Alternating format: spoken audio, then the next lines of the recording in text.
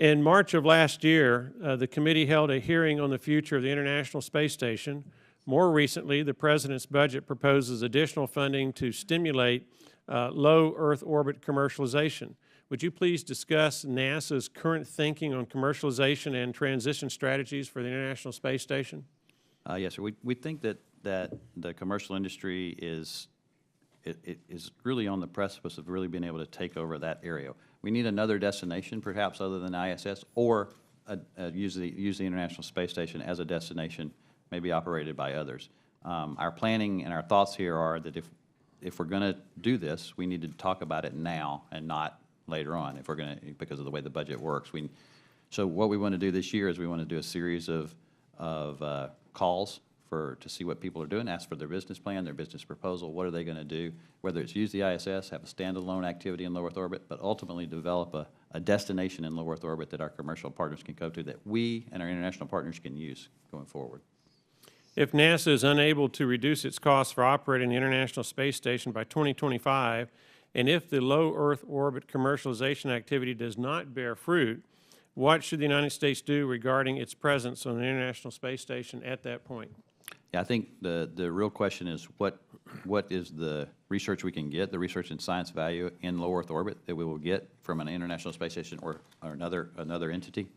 And I think that's a discussion we'll have once we get the data back that tells us what we need to go do, and we'll bring back a budget that addresses it. We'll have to make that decision based on the technologies and the research that we need to do, whether we can accomplish it in low Earth orbit or in our future move out toward the moon. Each commercial crew provider is required to fly an uncrewed flight, followed by a crewed test flight before beginning International Space Station crew missions. Originally, commercial crew providers were required to fly functioning environmental control and life support systems on their uncrewed flights. These systems provide oxygen to astronauts, absorb carbon dioxide, provide heating and cooling for the crew, and maintain atmospheric pressure. Recently, SpaceX was granted a waiver by NASA to fly their first test flight without these systems. What is NASA's reasoning for skipping this stage? And that's assuming the information I have is correct. First, is the information I have correct?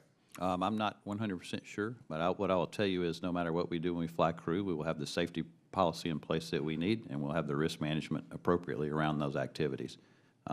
So I'll take that for the record to get back with you in terms of exactly what we've agreed to there on that, from that standpoint.